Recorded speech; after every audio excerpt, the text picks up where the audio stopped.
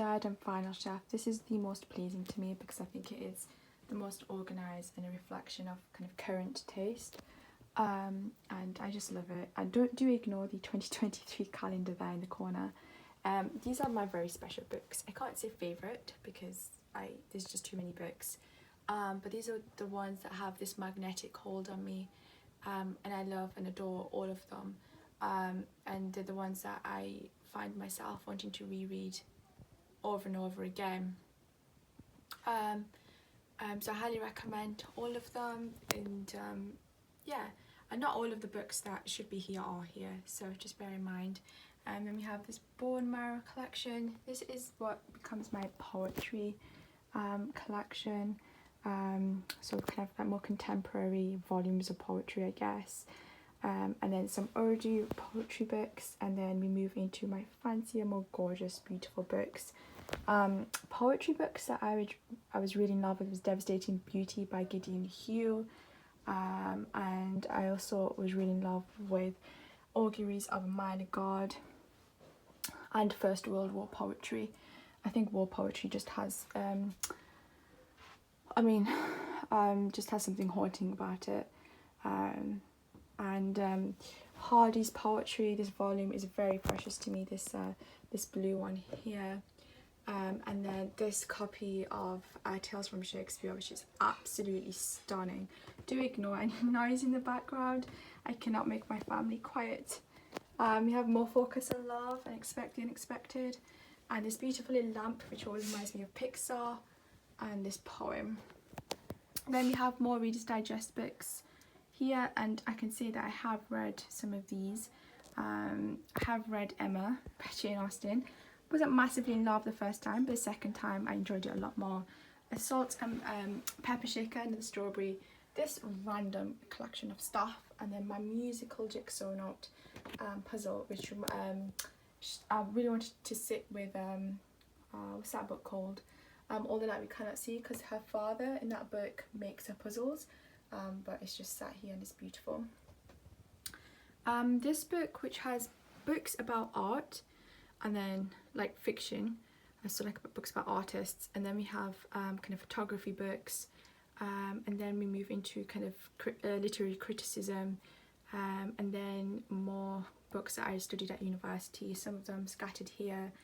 I absolutely loved, I think it was, I loved Sophocles, I loved Euripides. I think, everyone should try and read these books. Dip into them a little bit. Some Shakespeare and a Top Gear Stig there. Here we have my essays. I think the essay form is so underrated. I move on to some classic children's literature. I have just read The Railway Children a few months back and loved it. I also love Heidi. This book is like, I think if the feeling of childhood was a book, it would be Heidi. And these books are very Victorian, but very fantastical, very moralistic, and I love them. And then Moby Dick, which was a gift, and then some more Reader's Digest books. Russian literature, which obviously has to sit with chess. I haven't read a lot of Russian literature. I've dipped into this book, which I recommended to my brother, who very much enjoyed it and finished it before I have. It remained unfinished for me. And I have read, obviously, Lolita by Nabokov, or Nabokov, but I haven't dipped into the other ones. I'm a bit intimidated. And then the other kind of random books here, but books to do with chess. And then the Black Book and Confessions of an English Opium Eater, which is the most stunning, amazing title ever. And then here we have, these aren't very well organised, but kind of classics or modern classics, and a bit of biography here. Obviously standout ones for me are the Journals of Sylvia Plath. We have This Is Going to Heart, which was both humorous and sad in equal volumes. When Breath Becomes Air, which was absolutely heart-wrenching. American Psycho by Bret Easton Ellis. Another dark, humorous book. And then Miss Pettigrew Lives for a Day, which is here. I also gave my friend a copy of this book because it's just joy. Like, the book is just joy. Ruth, you would enjoy this if you've read Tess of the D'Urbervilles. The Ragged Trousered Philanthropists by Robert Tressel, which has one of my favourite quotes in literature, which is they are being beaten with the whips of their own choosing, if I've got that right. And then more answers and questions, a quiz book, and just some other miscellaneous classics, and I need to get through a lot of these, so these are just here. Oh, and The Handmaid's Tale, which obviously is a modern classic. I haven't yet read the other one that just came out. I think it's the kind of the prelude. I am forgetting all my words. Yeah, and then this book, obviously everyone has to have the kind of I guess like a bookshelf manifestation of the junk drawer. These are like all the odd sized books, and they all sit at the bottom. These are very, very random.